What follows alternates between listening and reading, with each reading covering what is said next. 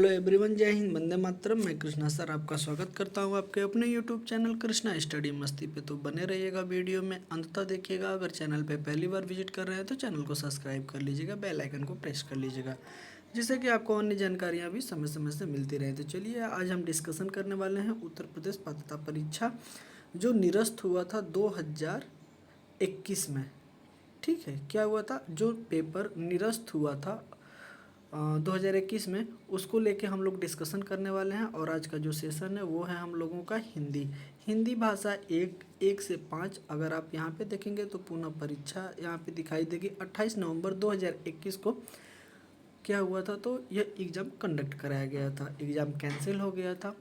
ठीक है, फिर उसके बाद 23 जनवरी को एग्ज़ाम होता है। ठीक है, और वही लास्ट एग्ज़ाम है यूपी में। फिर उसके बाद टेट नहीं हुआ, अभी फ़िलहाल में फिर होने वाला है। तो चलिए बिना देर किए हुए हम लोग स्टार्ट करते हैं। और क्वेश्चन देखिएगा, बड़े ही प्यारे उम्दे क्वेश्चन आपको यहाँ पे नज़र आएंगे। ठीक है, बिल्कुल।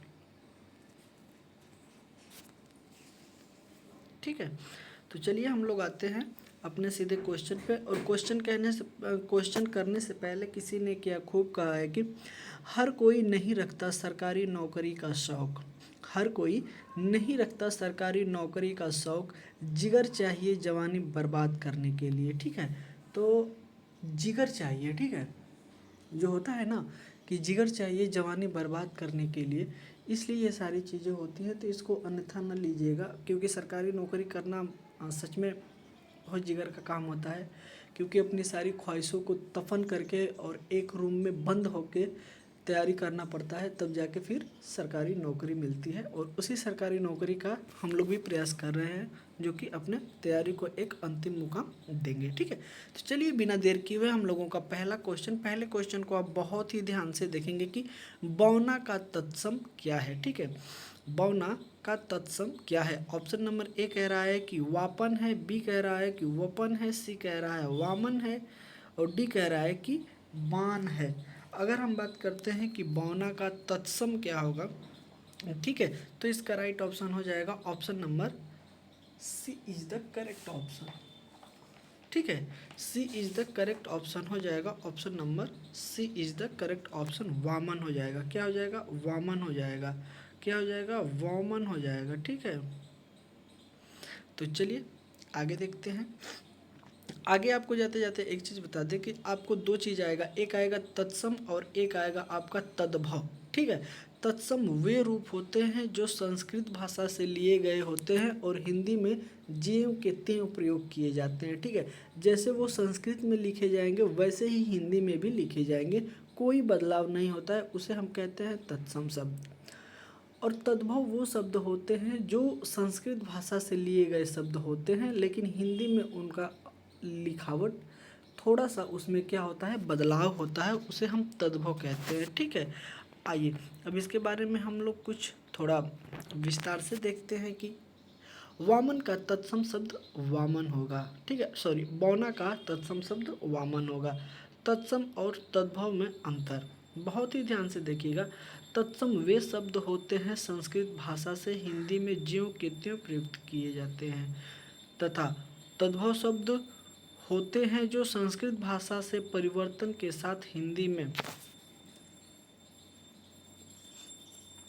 ठीक है, हिंदी में आते हैं। कुछ तत्सम तद्भव शब्द की सूची नीचे दी गई है और आप ध्यान से कुछ तत्वों और तत्सम शब्द हैं जो कि इन्हें देखिएगा। पहला है अग्नि, अग्नि को क्या कहते हैं, आग कहते हैं। अग, अग को आज कहते हैं। अर्ध, अर्ध को आधा कहते हैं। अच्छी, अच्छी को आँख कहते हैं। आमलक, आमलक को आंवला कहते हैं। तो इधर जो शब्द हमने बताए ये तत्सम है और इधर जो हमने शब्द बताए वो तद्भव हैं। ठीक है, आगे और भी है, उसको भी हम लोग देखेंगे बहुत ही इत्मीनान से। ठीक है, देखिएगा आगे क्या है, इसको आप ध्यान से देखने और समझने की कोशिश करिए। ठीक है, अगला है अस्मत्, अस्कंभ। ठीक है, तो ये क्या हो जाएगा, खंभा। ठीक है, क्षेत्र, खेत। खुरजू, खुजली। ठीक है, तो ये कुछ शब्द थे, इसको आप ज़रूर देखते हुए चलिएगा, नोट करते हुए चलिएगा, क्योंकि यही शब्द आते हैं और हम गलत करके चले आते हैं। अगला है कि धूमकेतु का पर्यायवाची क्या होगा। ठीक है, क्या है, धूमकेतु का पर्यायवाची क्या होगा। ऑप्शन नंबर ए कह रहा है कि असुर होगा, बी कह रहा है कि अग्नि होगा, सी कह रहा है अश्व होगा और डी कह रहा है कि आकाश होगा। अगर हम देखें धूमकेतु का पर्यायवाची, किसका, धूमकेतु, तो धूमकेतु का पर्यायवाची हो जाएगा अग्नि। क्या हो जाएगा, अग्नि हो जाएगा। Option number B is the correct option हो जाएगा। क्या हो जाएगा, अग्नि। ठीक है, आगे चले, आगे देखिएगा, कुछ यहाँ पे आपको पर्यायवाची शब्द दिए गए होंगे। आगे है कि धूमकेतु का पर्यायवाची शब्द अग्नि हो जाएगा। यहाँ पे दिया है अग्नि।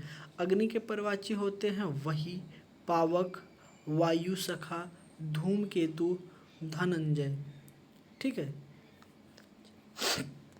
असुर, असुर की अगर बात करते हैं तो दनुज, दानव, यातुधान इत्यादि होते हैं। अश्व की बात करते हैं तो वाजी, सैंधव, हय, घोड़ा, तुरंग, घोटक आदि। ठीक है, अब आते हैं आकाश पे, धौ, व्योम, अभ्र, नभ, अनंत इत्यादि। तो यहाँ पे आपको सीरियल नंबर से पर्यायवाची देखने को मिले होंगे, जरूर आप नोट करते हुए चलिएगा। आइए आइए, यह गद्यांश है और गद्यांश को पढ़ के हम लोग उत्तर देने की कोशिश करते हैं। बहुत ही ध्यान से गद्यांश को पढ़ना होता है, फिर उसके बाद करना होता है। तो जैसे बोल रहा है कि आज विज्ञान मनुष्यों के हाथ में अद्भुत और अतुल्य शक्ति दे रहा है।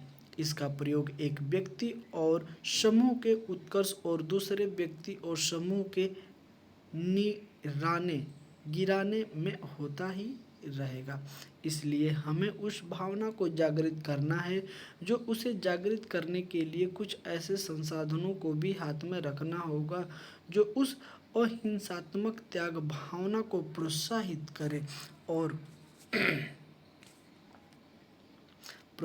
करे और भोग भावना को दबाए रखे। नैतिक अंकुश के बिना शक्ति मानव के लिए हितकर नहीं होती है। यहाँ पे भी आपको देखने को मिलेगा कि यह पेपर कब का है। ठीक है, तो चलिए अब हम लोग आंसर देने की कोशिश करते हैं। ठीक है, देखिएगा, क्वेश्चन नंबर 3 कह रहा है कि उपयुक्त पंक्ति में कौन मनुष्य के हाथों में अद्भुत और अतुल्य शक्ति दे रहा है। ऑप्शन नंबर ए कह रहा है कि विज्ञान, बी कह रहा है साहित्य, सी कह रहा है वाणिज्य और डी कह रहा है कि कला। हमने अभी पैराग्राफ पढ़ा था कि मनुष्य के हाथों में अद्भुत शक्ति और अतुल्य विज्ञान को अतुल्य शक्ति और अद्भुत शक्ति कौन दे रहा है, तो वो विज्ञान दे रहा है। कौन दे रहा है, विज्ञान दे रहा है। Option number A is the correct option हो जाएगा। इस क्वेश्चन का राइट ऑप्शन क्या हो जाएगा, ए हो जाएगा। ठीक है, चलिए देखिएगा, उपयुक्त पंक्ति के आधार पर मनुष्य के हाथों में अद्भुत और अतुल्य शक्ति विज्ञान दे रहा है। ठीक है, अगला है कि कफन कहानी के लेखक हैं। ठीक है, कफन कहानी के लेखक हैं कौन है, प्रेमचंद हैं, जयशंकर प्रसाद हैं, चंद्रधर शर्मा गुलेरी हैं या फिर राजेंद्र यादव हैं। अगर हम बात करते हैं क्वेश्चन नंबर 4 का, तो देखिएगा बड़ा ही प्यारा क्वेश्चन है और इसका राइट ऑप्शन क्या हो जाएगा, तो ऑप्शन हो जाएगा ऑप्शन नंबर ए, प्रेमचंद। कौन है, कफन जो कहानी है वो प्रेमचंद के द्वारा लिखी गई है। ओके, चलिए, कफन कहानी के लेखक कथा सम्राट मुंशी प्रेमचंद हैं। मुंशी प्रेमचंद धनपत राय, इनका जो नाम था वो क्या था, धनपत राय, लेकिन मुंशी प्रेमचंद के नाम से ये प्रसिद्ध थे। इनका जन्म 31 जुलाई 1880 ईस्वी को वाराणसी के लमही नामक स्थान पर हुआ था। ये मूल रूप से कहानीकार व उपन्यासकार के रूप में प्रसिद्ध हैं।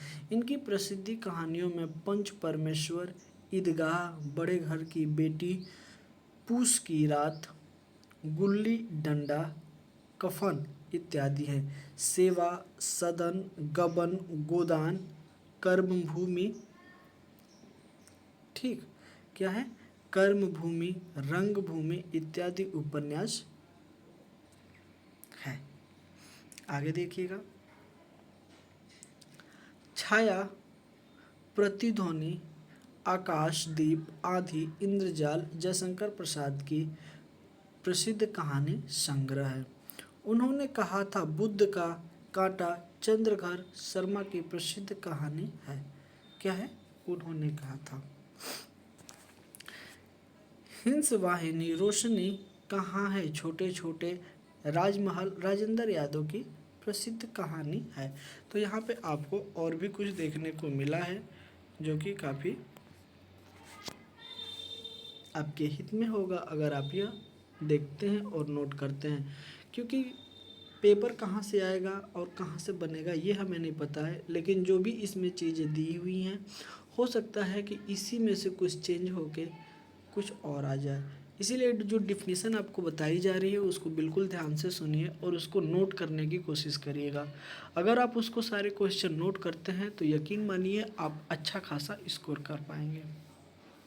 चलिए क्वेश्चन नंबर 5 देखिएगा, उदित उदयगिरी मंच पर रघुबर बाल पतंग, बिखरते संत सरोज सब, हर्षे लोचन भृंग।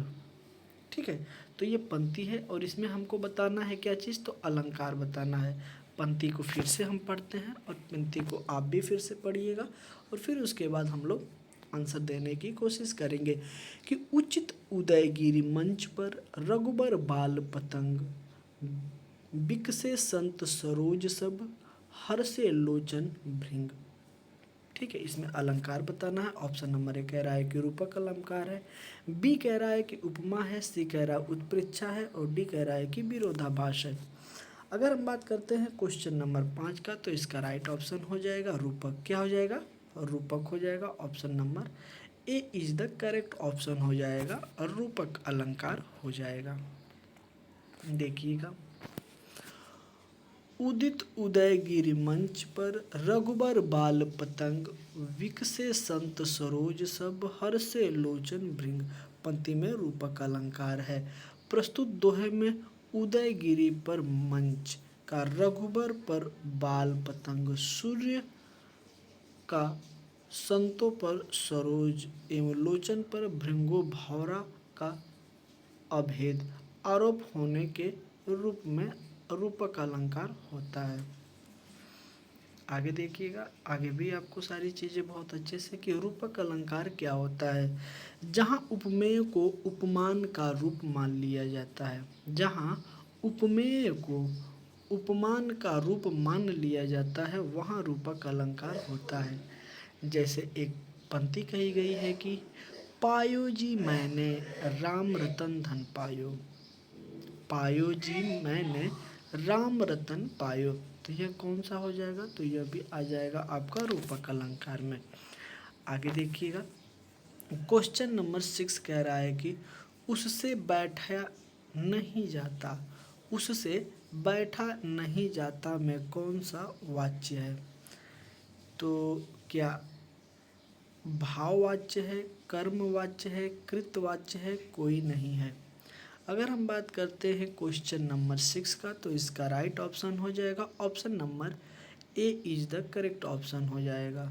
ए इज द करेक्ट ऑप्शन हो जाएगा भाववाच्य। भाई उनसे बैठा नहीं जाता, तो ये हम भाव बता रहे हैं। ठीक है, उनको तकलीफ है वो नहीं बता रहे हैं, उस दर्द को हम समझ रहे हैं और हम उनके भावों को बयां कर रहे हैं, तो उनसे बैठा नहीं जाता। ठीक है, तो कैसा है? भाववाच्य है। चलिए आगे देखिएगा, अगर वाच्य की बात करते हैं तो क्रिया के उस परिवर्तन को वाच्य कहते हैं जिसके द्वारा इस बात का पता चलता है कि वाक्य के अंतर्गत कर्ता, कर्म अथवा भाव इनमें से किसकी प्रधानता है, उसमें किसके अनुसार क्रिया के पुरुष वचन आदि आए हैं। तो 3 प्रकार के क्या होते हैं? वाच्य होते हैं। ठीक है, पहला होता है आपका कृतवाच्य, फिर होता है कर्मवाच्य, फिर होता है भाववाच्य। अब हम एक एक करके देखेंगे और समझने की कोशिश करेंगे। जैसे यहाँ पे भाववाच्य, क्रिया के उस रूपांतर को भाववाच्य कहते हैं जिससे भाव की प्रधानता का बोध होता है। ठीक है, जैसे मुझे चला नहीं जाता, उससे बैठा नहीं जाता। ठीक है, तो ये कैसे है, भाववाच्य है। अब आता है कृतवाच्य। क्रिया के जिस रूप में कर्ता प्रधान हो उसे कृतवाच्य कहते हैं। जैसे मीरा गाती है, राम ने दूध पिया, श्याम स्कूल गया। ठीक है, तो ये कैसे है, कृतवाच्य है। अब आता है कर्मवाक। क्या आता है, कर्मवाक वाच्य आता है। ठीक है, इसको देखिएगा, क्रिया के जिस रूप में कर्म प्रधान हो उसे कर्मवाच्य कहते हैं। सीता ने पत्र लिखा, मोहन ने लेख लिखा, शैलेश ने डांस किया, बलवंत ने वीडियो बनाया। ठीक है, तो ये कैसे हैं, तो यह है आपके कर्मवाच्य हो जाएंगे। ठीक है, आगे देखिएगा, राम धीरे धीरे पढ़ता है में कौन सा अवयव है, संबोधक बोधक अवयव अव्यय, क्रिया विशेषण अव्यय, समुच्चय बोधक अव्यय, विस्मया बोधक अव्यय। अगर हम बात करते हैं कि राम धीरे धीरे पढ़ता है, ठीक है, तो इसमें अव्यय कौन सा हो जाएगा, हमें बताना है। तो ये हो जाएगा धीरे धीरे पढ़ता है, और जब आता है कि धीरे धीरे पढ़ता है तो कैसा हो जाएगा, क्रिया विशेषण अव्यय हो जाएगा। Option number B is the correct option, क्योंकि धीरे धीरे पढ़ता है, वह कैसे पढ़ता है, तो धीरे धीरे पढ़ता है। ठीक है, तो क्रिया विशेषण अव्यय हो जाएगा। आगे देखिएगा, अव्यय अविकारी शब्द, ऐसे शब्द जिसमें लिंग, वचन, कारक आदि के कारण कोई विकार या परिवर्तन नहीं आता है उसे अव्यय कहते हैं। नोट, अव्यय सदैव अपरिवर्तित रहते हैं, इनका मूल रूप, ठीक है, रहता है, यह कभी नहीं बदलते। ठीक है, तो मुझे उम्मीद है कि आपको सारी चीज़ें अच्छे से समझ में आ रही है। अब देखते हैं अव्यय के भेद। अव्यय के 4 भेद होते हैं। पहला होता है क्रिया विशेषण, दूसरा होता है समुच्चय बोधक, और तीसरा होता है संबंध बोधक अव्यय, और होता है चौथा विस्मयादि बोधक अव्यय। अब हम लोग एक एक करके इसमें देखेंगे। है क्रिया विशेषण अव्यय, जो शब्द क्रिया की विशेषता बतलाते हैं वे क्रिया विशेषण अव्यय कहलाते हैं। अर्थ के आधार पर क्रिया विशेषण 4 प्रकार के होते हैं। पहला होता है स्थानवाचक, कालवाचक, परिणामवाचक, रीतिवाचक। अब आते हैं हम लोग रीतिवाचक पे। कहाँ आते हैं, रीतिवाचक पे। ऐसे, वैसे, कैसे, धीरे, अचानक, कदाचि, अवश्य, इसलिए, तक, सा, सम्या, यथासंभव आदि। अतः दिया गया प्रश्न क्रिया विशेषण रीतिवाचक अव्यय के अंतर्गत आता है।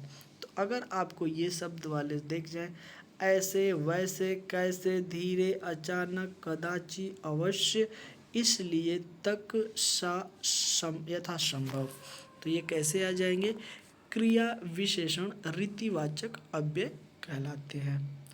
अगले क्वेश्चन को देखिएगा कि हिमालय से गंगा निकलती है में किस कारक का प्रयोग हुआ है, हमें बताना है कारक। आपादान कारक, कर्ता, कर्म, करण। तो इसमें से, ठीक है, कर्ता ने कर्म को से, ठीक है, अगर हम 8 का देखें, आपादान से।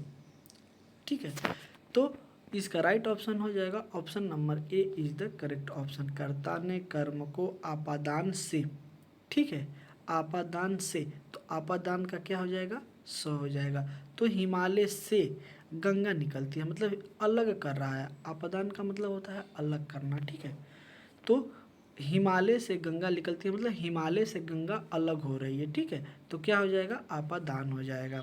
राइट ऑप्शन क्या हो जाएंगे, आपादान हो जाएंगे। ओके, उम्मीद है क्वेश्चन आपको अच्छे लग रहे होंगे और समझ में भी अच्छे तरीके से आ रहे होंगे। कारक देखिएगा, संज्ञा या सर्वनाम के जिस रूप से वाक्य के अन्य शब्दों के साथ उसके संबंध का बोध होता है उसे कारक कहते हैं। हिंदी में 8 कारक होते हैं। कर्ता ने कर्म को, ठीक है, ये चिन्ह है। आपको वाक्य में यही चिन्ह नजर आएंगे और इसी के थ्रू हमको कारक पहचानना होता है कि कौन सा कारक होता है। और होते कितने हैं? टोटल 8 होते हैं। ठीक है, तो 8 जो कारक होते हैं, कर्ता ने कर्म को, ठीक है, तो कर्ता ने कर्म को करण से के द्वारा संप्रदान के लिए आपादान से अलग होने के अर्थ में संबंध का के की रा रे री अधिकरण में पर संबोधन हे हो अरे।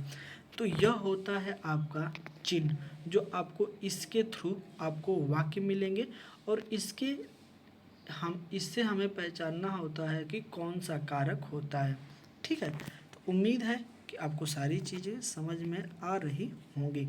तो यहाँ है कि जहाँ दो वस्तुओं के साथ अलगाव का बोध हो वहाँ अपादान कारक होता है। अतः स्पष्ट है कि हिमालय से गंगा निकलती है में अपादान कारक है, मतलब हिमालय से गंगा अलग हो रही है, यहाँ से है। ठीक है, आगे देखिएगा क्वेश्चन नंबर 9।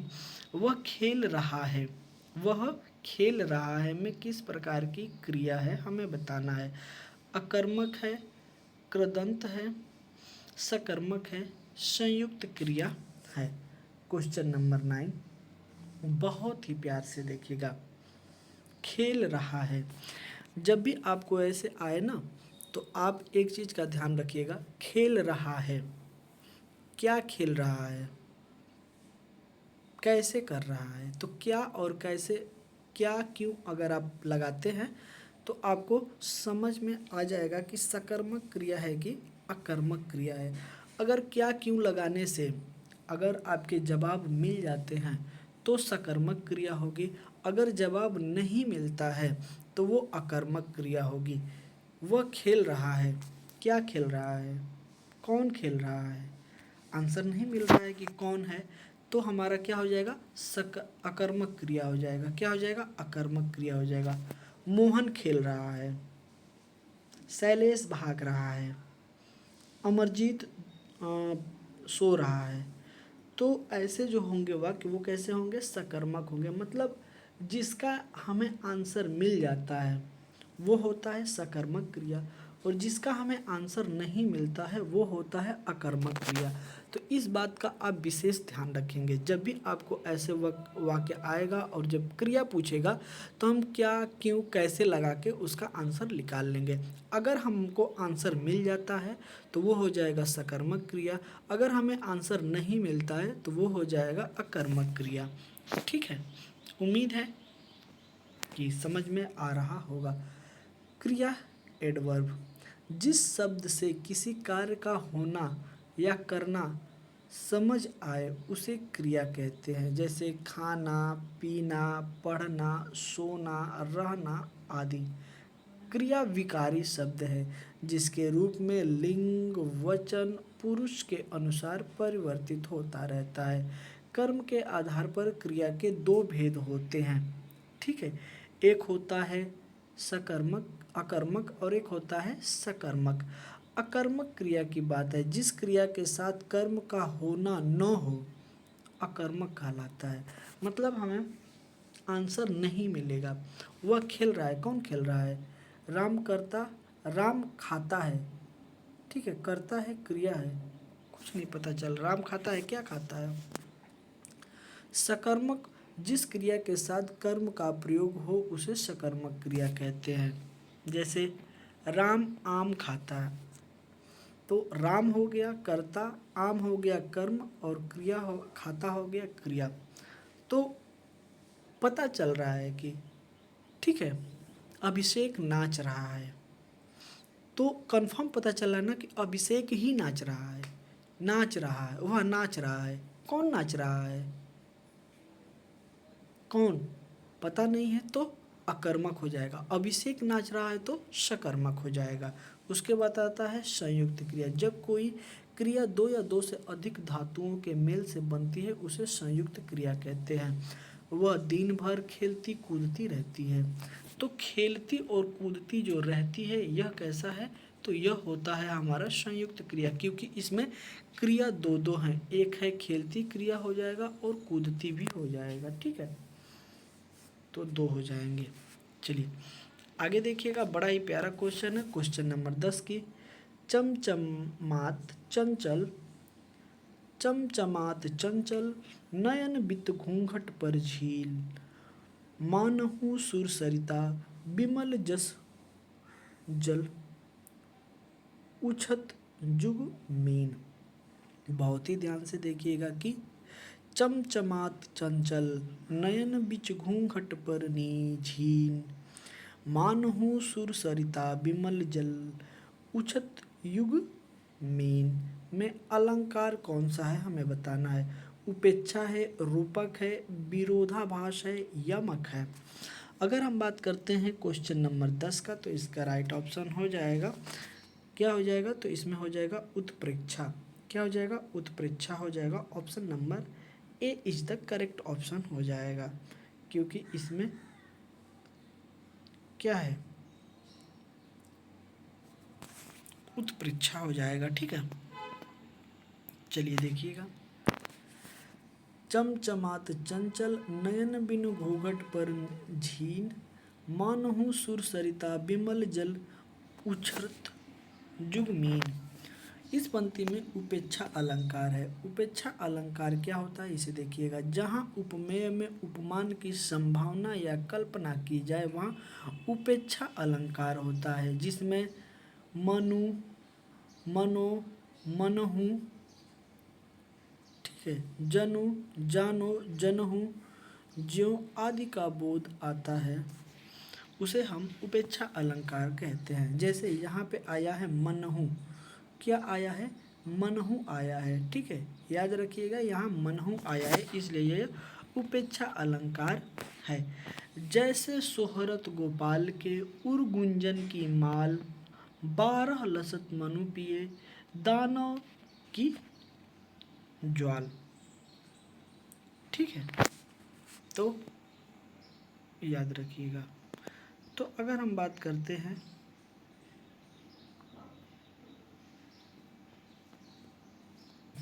क्वेश्चन नंबर देखिएगा 11, सूरज का 7वां घोड़ा गुनाहों का देवता किसकी रचना है, हमें बताना है।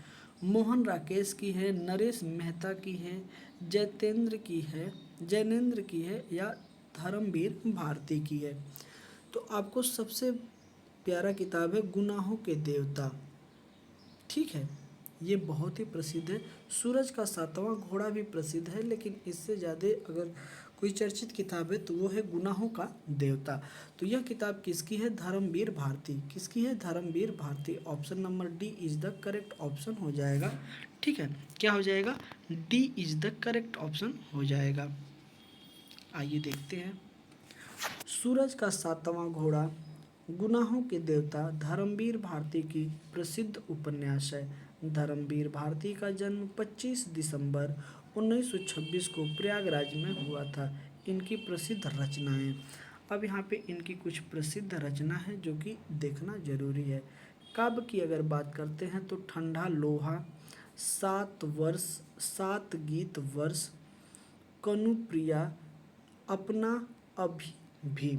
कहानी की अगर हम बात करते हैं तो कहानी देखिएगा, कहानी भी यहाँ आपको नज़र आएगी कि बंद गली का आखिरी मकान, मुर्दों का गांव आदि। निबंध की अगर बात करते हैं तो ठेले पर हिमालय, पंचशती। अगर वहीं पद्म नाटक की बात करते हैं तो अंधा युग, ठीक है, ये सारी धर्मवीर भारती की हैं, ठीक है। धर्मवीर भारती ने साप्ताहिक पत्रिका धर्मयुग का संपादन किया था। तो अगर क्वेश्चन आपसे पूछ देता है कि साप्ताहिक पत्रिका धर्मयुग के संपादन कौन है, तो धर्मवीर भारती हैं, ठीक है। आगे है आषाढ़ का एक दिन, मोहन राकेश के उपन्यास है, ठीक है। संशय की एक रात, राकेश मेहता की त्याग पत्र, परख, सुनीता, जैनेंद्र के प्रसिद्ध उपन्यास हैं। क्वेश्चन नंबर 12 देखिएगा, बड़ा ही प्यारा है कि वो का उच्चारण स्थान क्या है, आप बोलिए वो दंतोष्ठ है, कंठ है, दंत्य है या कंठ तालुब्य है। अगर हम बात करते हैं क्वेश्चन नंबर 12, ठीक है, वो जब आप बोलेंगे तो ये हो जाएगा दंतोष्ठ। क्या हो जाएगा? दंतोष्ठ हो जाएगा। Option number A is the correct option हो जाएंगे। आप स्वयं बोल के देखिएगा,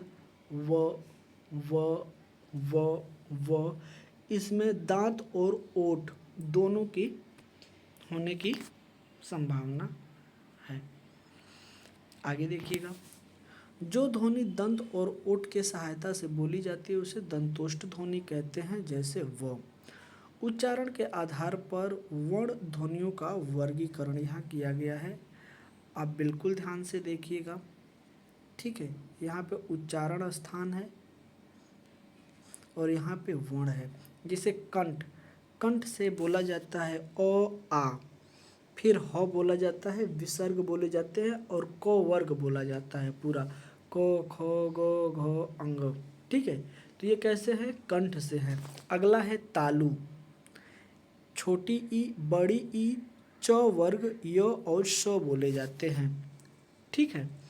च, छ, ज, झ, इया, ठीक है।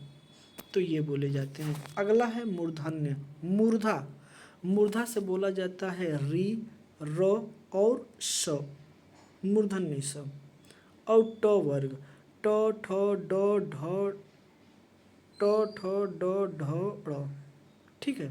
तो ये बोले जाते हैं मूर्धन्य से। आता है दंत, दंत से आता है री, ल और छोटा वाला श, और आता है त वर्ग, त, थ, द, ध, न, ठीक है। उसके बाद आता है ओष्ठ, ओठ से आता है छोटा ऊ, बड़ा ऊ, फिर प वर्ग, प, फ, ब, भ, म, ठीक है। उसके बाद आता है नासिका, नासिक से इय, ड़, म, ड़, न, ठीक है। मतलब पंचम वर्ण आते हैं। कितने आते हैं? पंचम वर्ण, ठीक है। इय, ड़, म, ड़, न, ठीक है। तो ये पंचम वर्ण आते हैं नासिका से। आगे देखिएगा, कंठ तालु की अगर बात करते हैं तो ए आय बोले जाते हैं, और कंठ ओठ की अगर बात करते हैं तो ओ औ बोले जाते हैं। मुझे उम्मीद है कि पूरा जो वर्णमाला है, स्वर और व्यंजन, आपको बिल्कुल विस्तार में यहाँ पे सारे वर्णों का यहाँ पे जिक्र किया गया है। आप नोट कर लीजिएगा, ठीक है। आगे देखते हैं, अग्नि का विशेषण है। अग्नि का विशेषण क्या है? अनि है, आग्नेय है, अज्ञेय है या आग है। अगर हम बात करते हैं क्वेश्चन नंबर 13, तो इसका राइट ऑप्शन हो जाएगा आग्नेय। क्या हो जाएगा? आग्नेय हो जाएगा। Option number B is the correct option हो जाएगा। अग्नि का विशेषण क्या हो जाएगा? तो आग्नेय हो जाएगा, आग्नेय हो जाएगा। देखिएगा, संज्ञा अथवा सर्वनाम की विशेषता बताने वाले शब्द को विशेषण शब्द तथा उसकी विशेषता बताए उसे विशेष्य कहते हैं। अब हम लोग आते हैं विशेषण और विशेष्य पे। यहाँ आपको मिलेगा विशेषण और यहाँ मिलेगा विशेष्य और विशेषण। अग्नि का विशेषण क्या होगा? आग्नेय हो जाएगा। इच्छा का क्या होगा? ऐच्छिक हो जाएगा। ऋषि का क्या हो जाएगा? आर्ष हो जाएगा। दशरथ का क्या हो जाएगा? दशरथी हो जाएगा। नमक का क्या हो जाएगा? विशेषण नमकीन हो जाएगा। वन्य का क्या हो जाएगा? तो वन्य हो जाएगा। वन का वन्य हो जाएगा, ठीक है। उसके बाद आता है कि हृदय का हार्दिक हो जाएगा, ठीक है। मुझे उम्मीद है कि सारे क्वेश्चन आपको बहुत ही उम्दे लग रहे होंगे। चलिए अगला क्वेश्चन देखिएगा, बड़ा ही प्यारा है कि तेजाब में कौन सी संज्ञा है। ऑप्शन नंबर ए कह रहा है कि भाववाचक, बी कह रहा है व्यक्तिवाचक, सी कह रहा है द्रव्यवाचक और डी कह रहा है कि समूहवाचक। अगर हम बात करते हैं क्वेश्चन नंबर 14, तो 14 में है तेजाब। तेजाब कैसा है? तो द्रववाचक है, ठीक है, द्रव्यवाचक हो जाएगा। Option number C is the correct option हो जाएगा। तेजाब कैसा है? तो तेजाब द्रव्यवाचक है, द्रववाचक है। ओके, आगे देखिएगा। संज्ञा, संज्ञा उस विकारी शब्द को कहते हैं जिसके किसी विशेषण, विशेष वस्तु, भाव, व्यक्ति, स्थान, द्रव आदि के नाम से बोध हो, उसे संज्ञा कहते हैं। संज्ञा किसे कहते हैं? तो संज्ञा उस विकारी शब्द को कहते हैं जिससे किसी विशेष वस्तु, भाव, व्यक्ति, स्थान, द्रव्य आदि के नाम से बोध हो, उसे संज्ञा कहते हैं। बचपन में आपने परिभाषा पढ़ी होगी। संज्ञा उसे कहते हैं जिसे किसी व्यक्ति, स्थान और नाम का बोध हो, उसे संज्ञा कहते हैं। ठीक है, तो ये हमने पढ़ा था।